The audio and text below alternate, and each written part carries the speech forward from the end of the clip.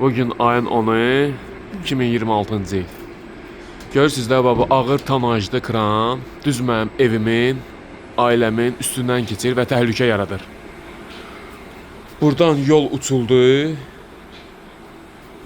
Yuxarıdan yol uçuldu. Dedilər təhlükəli vəziyyətdəsən. Bu Alliance Development birinci gündən mənim ailəmə, evimə təhlükə yaradıb. Evimi riskli vəziyyətə getirib çıxardır. Baba görürsünüz baba, kran hər gün neçə vaxtdır ki, bu ağır tonajlı kran mənim evimin üstündən o tərəfə, bu tərəfə.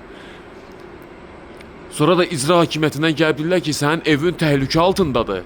Fövqəladə oradan gəlir ki, sən evin təhlükə altındadır, həyatın risk altındadır, sən evi boşaltmalısan. Nəyə görə?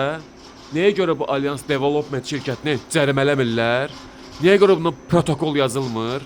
Hə? Niyə görə bu şirkət barəsində tədbir görülmür?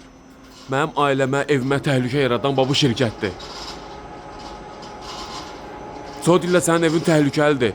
Mənə təklifə bax, evindən çıx, biz sənin evi remont eləyək. Həyatımız təhlükə altındadır. Sonra gəlib qaydar üstü ev bizə. Mənim həyatıma, ailəmə, evimə təhlükə yaradan bunlardır. Alliance Development. Ailəmə, evimə bir şey olsa, hesabını siz verəcəksiniz.